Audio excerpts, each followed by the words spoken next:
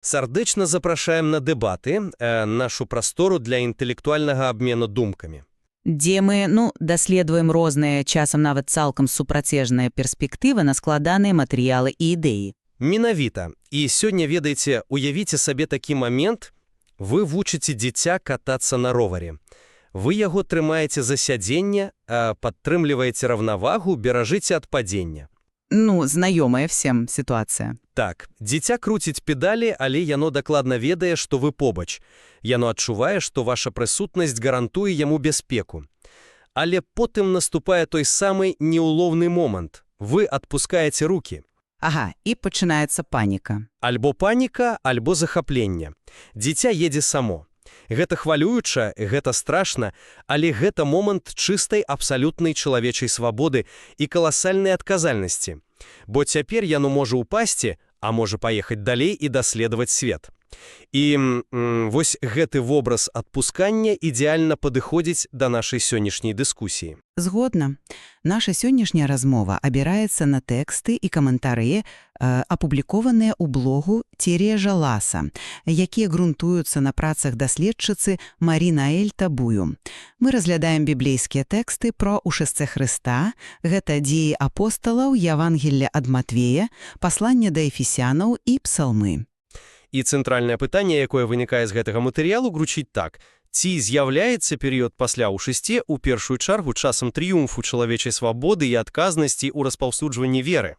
Альбо, магчыма, гэтыя тэксты фундаментальна падкрэсліваюць абсалютны суверэнітэт Бога і аднаасобную владу Святога Духа над усімі працэсамі. Мая пазіцыя грунтуецца менавіта на другім варыянце. Я дакажу, што галоўны пасыл прааналізаваных тэкстаў – гэта дэманстрацыя чалавечай слабасці, якая кампенсуецца выключна абсалютнай Божай владай і энергіяй Святога Духа. А мая пазіцыя зусім іншая. Я лічу, што матэрыял робіць акцэнт менавіта на чалавечай свабодзе і неабходнасці актыўнага гістарычнага ўзаемадзеяння. Давайте адразу паглядзім на тое, як гэтыя тэксты фізычна прадстаўлены ў каментарыях. Немагчыма не заўважыць адну вельмі выразную дэталь. Аўтар блога наўмысна вылучае чырвоным колерам словы і фразы, якія тычацца тэмы свабоды. Так, візуальны акцэнт там вельмі моцны. І гэта ж не проста эстэтыка. Гэта сур'ёзная заява пра тое, што свабода – гэта цэнтральны нерв усяго апавядання пра ўшэсце. Тэорія тут у тым, што Бог не працуе ў вакууме. Ён свядома стварае прастору для людзей і патрабуе іх удзелу для рэалізацыі свайго праекта. Збаўленне ўжо адбылося, але чалавеку пакінута поўная магчымасць, увайсці ў яго або адмовіцца. Але ж пачакайце, вы малюеце прыгожую карцінку з роварам, толькі вось ігнаруеце нябачныя сілы, якія дзейнічаюць у гэты момент. Хто стварыў законы фізікі, якія трымаюць гэты ровар у вертыкальным становішчы? Гэта проста метафора. Менавіта. Самае галоўнае ў вашай метафоре не тое, што дзіця свабодна круціць педалі, а тое, што яно цалкам залежыць ад гравітацыі і гіраскапічнага эфекту сіл, якія яно зусім не кантралюе і нават да канца не разумее. Дзіцяці толькі здаецца, што яно едзе само. Насамрэч яго трымае нешта куды больш магутнае за яго ўласныя намаганні. Я разумею ваш падход, але паглядзіце на Евангелле ад Матвея. Христос там дае надзвычайны дынамічны загад. Ідзіце, зрабіце вучнямі усе народы. Вы ж не кажаце, ідзіце таму, хто не здольны прымаць рашэнні, ці ад каго нічаго не залежыць, праўда? Гэта заклік да ініцыятывы. Ён патрабуе інтэлекту, праяўлення волі і канкрэтных фізычных высылкаў. Калі б не было гэтай свабоды і гатоўнасці людзей браць на сябе адказнасць, увесь гістарычны працэс хрысціянства проста не пачаўся б. Вы береце слова «ідзіце» з Матвея і робіце з яго маніфест чалавечай незалежнасці.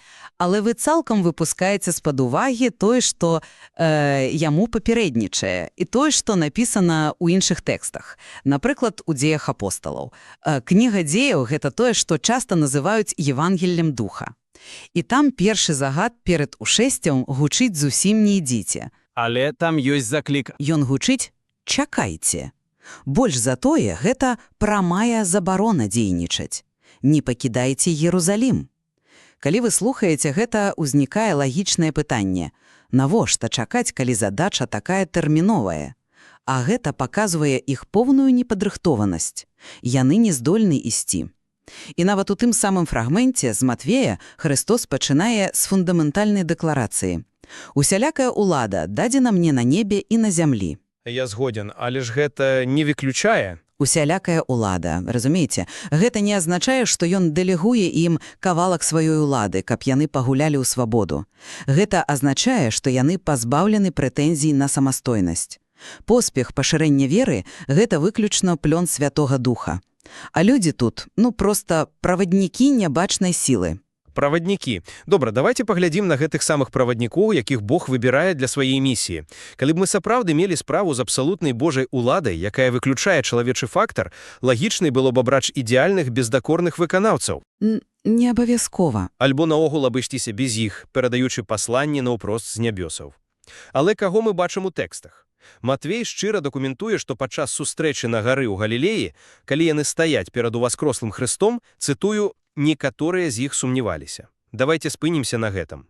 Яны стаяць перад уваскрослым Богом, і ў іх усё яшчэ ёсць сумненні. Вось, і што яны пытаюцца ў дзеях? Так, у дзеях апосталаў яны наогул задаюць пытанне, якое дэманструе поўнае неразуменне. Ці не цяпер ты аднавіш царства Ізраіля? Яны дагэтуль чакаюць мясцовага палітычнага лідара. Памыляюцца адносна мэтаў, геаграфіі і маштабу. І вось тут хаваецца мой аргумент. Той факт, што Бог свядома давярае найважнейшую місію ў гісторыі такім відавочна недасканалым людзям, это вышэйшае пацвярджэнне таго, што ён цэніць іх свабодную волю. Ён дазваляе ім памыляцца, таму што сапраўдная свабода патрабуе часу на сталенне.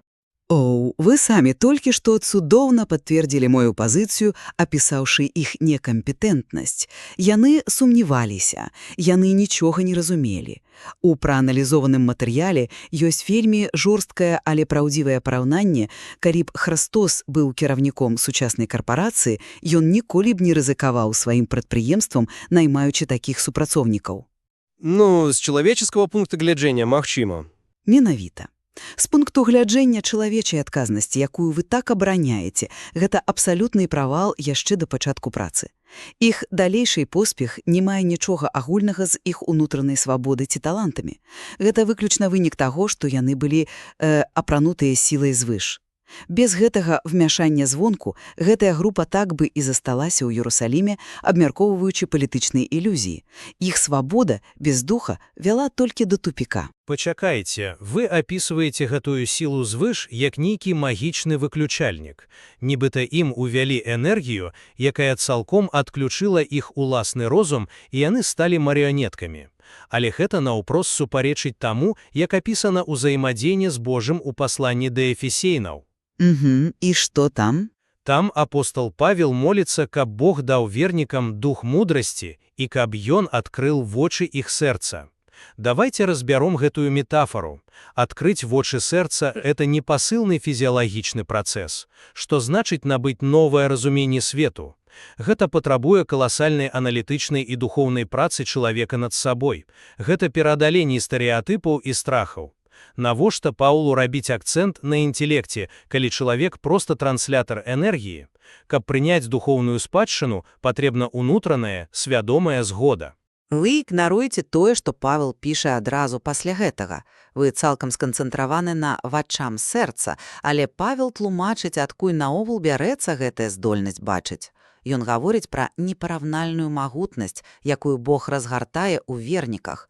Словы, якія ён выкарыстоўвае, энергія, моц, улада – гэта не метафоры чалавечага самаразвіцця. Я не спрачаюся, што энергія прысутнічае, але… Гэта тая ж самая магутнасць, якая ўваскрасіла Хрыста з мёртвых. А ўваскрасенне – гэта дакладна не вынік інтэлектуальнай працы чалавека, які ляжыць у магіле. Гэта вынік абсалютнай знешняй улады. І каб сапраўдзе зразумець яе маштаб, нам трэба зрабіць гістарычны крок назад і паглядзець на Псальм 46.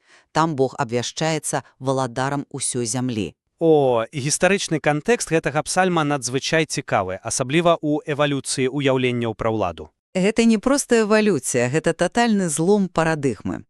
Да вавілонскага паломіль Ізраіль існаваў у стане маналатрыі.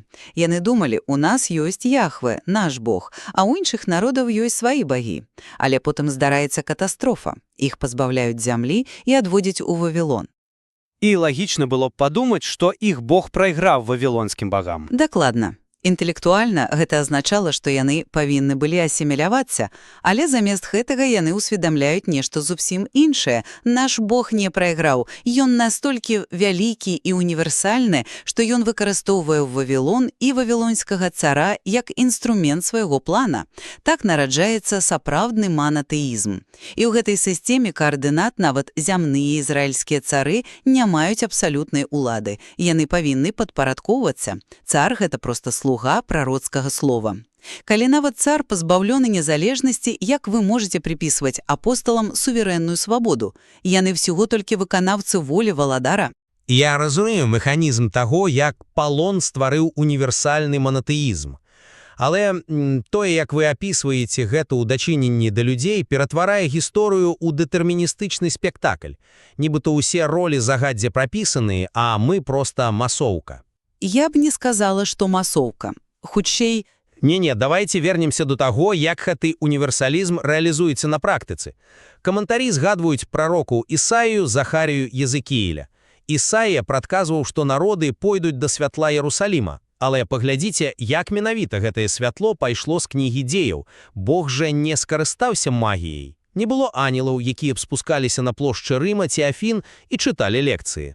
так, гэта рабілі людзі. Распаўсюджванне веры адбывалася выключна праз фізычныя, канкрэтныя крокі, праз караблі, якія траплялі ў шторм і разбіваліся, праз прамовы, якія Павел мусіў пісаць і адаптаваць да грэцкіх філосафаў, выкарыстоўваючы свой уласны розум. Так, Бог задае мэту, але ён не выконвае чарнавую працу за людзей. Без іх фізычных намаганняў, без крыві і поту, Евангелія ніколі б не пакінула Блізкі ўсход. Кроў і пот, кажаце, але што прымушала іх рабіць гэтыя крокі? Вы кажаце пра іх намаганні так, быццам гэта была проста нейкая, цікавая камандзіроўка. Мы павінны ацаніць, насколькі смяртотна небяспечнай была тая місія. Вось вам прыклад з матэрыялу. Формула хрышчэння ў Матвея. Хрысціце іх у імя Айца і Сына і Святога Духа. Рэвалюцыйная фраза. Так, для нас гэта звыклы набор слов, але удумайцеся, як гэта гучала для іудзея першага стагоддзя. Гэты народ стагоддзямі выжываў і паміраў за адну ідэю. Гасподзь Бог наш ёсць адзіны Бог. І раптам ім кажуць ісці хрысціць у 3 асобы, называючы іх імем у адзіночным ліку. Для рэлігійнага істэблішменту таго часу гэта было горшае з магчымых блюзнерстваў. Безумоўна. Выйсці на вуліцу з такой прапаведдзю азначала гарантаваны пераслед. Это азначала камяні ў твар. Цяжар такой місіі проста раздушыў бы любую псіхіку, калі б яна апіралася толькі на сваю чалавечую свабоду і асабісты выбар. Але ж вы проста цяпер дакладваеце маю тэорыю лепш за мяне. Што менавіта?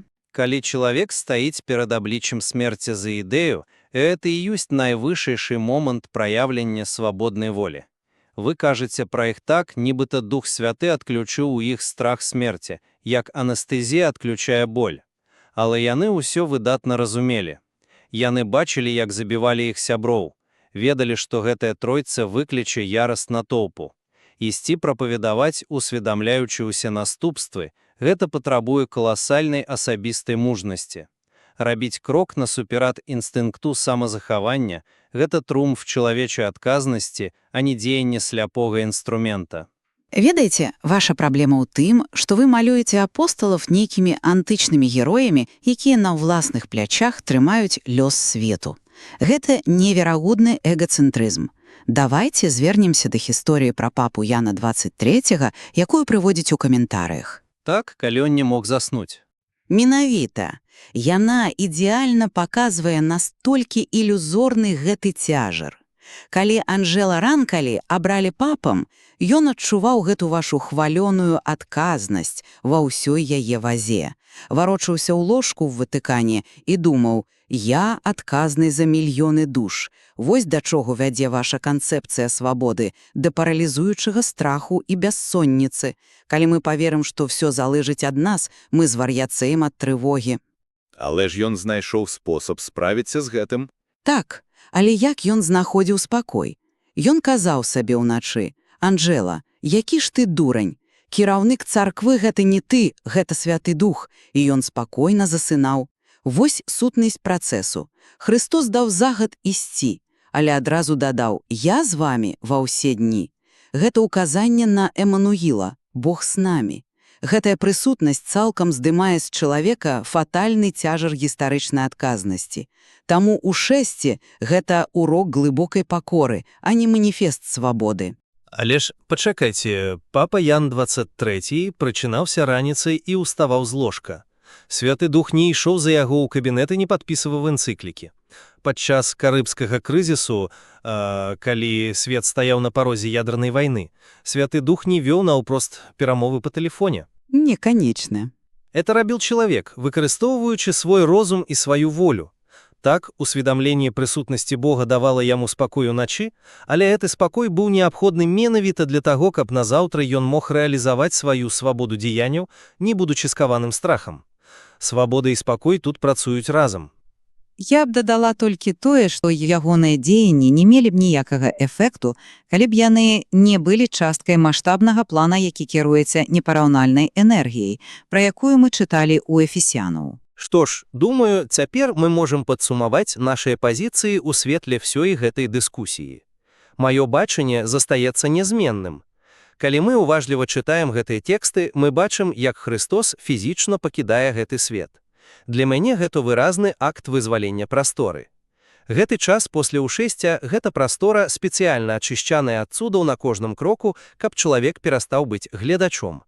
Улада Бога стварае умовы, у якіх чалавечая свабода і адказнасць могуць квітнуць і выконваць загад «ідзіце». А я застануся пры думцы, што уся чалавечая актыўнасць, якую вы абараняеце, мае гістарычны сэнс толькі тады, калі яна сілкуецца ад абсалютнай крыніцы. Калі апосталы апіраліся на ўласны інтэлект, яны толькі рабілі, што чакалі мясцовага царства. І толькі тады, калі яны прынялі стан поўнай залежнасці, стан чакання, толькі тады нешта адбылося. Гісторыя свету і распаўсюджанне веры накіроўваюцца энергіяй Бога, а не нашымі намаганнямі. І негледзячы на тое, што нашыя пазіцыі дыаметральна супрацьлеглыя, я лічу, што матэрыялы і каментарыі Маріны Эльтабі выконваюць фантастычную функцыю. Яны трымаюць нас перад тварам найскладанейшага парадоксу паміж неабходнасцю чакаць у Іерусаліме ў поўнай пакоре і абавязкам ісці да ўсіх народаў з адказнасцю. Гэта сапраўды так, ісціна тут складаецца з узаемадзеяння нябеснай магутнасці і чалавечай слабасці. У гэтых тэкстах і кантэкстах схована яшчэ вельмі шмат слаёў, якія неабходна даследаваць.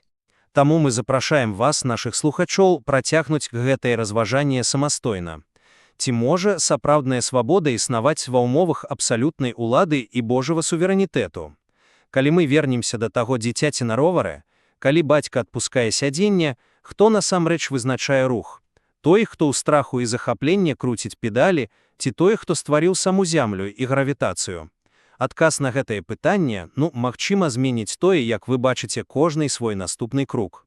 Дзякуй, што былі з намі на дэбатах. Працягвайце шукаць, працягвайце пытацца і да новых сустрэч.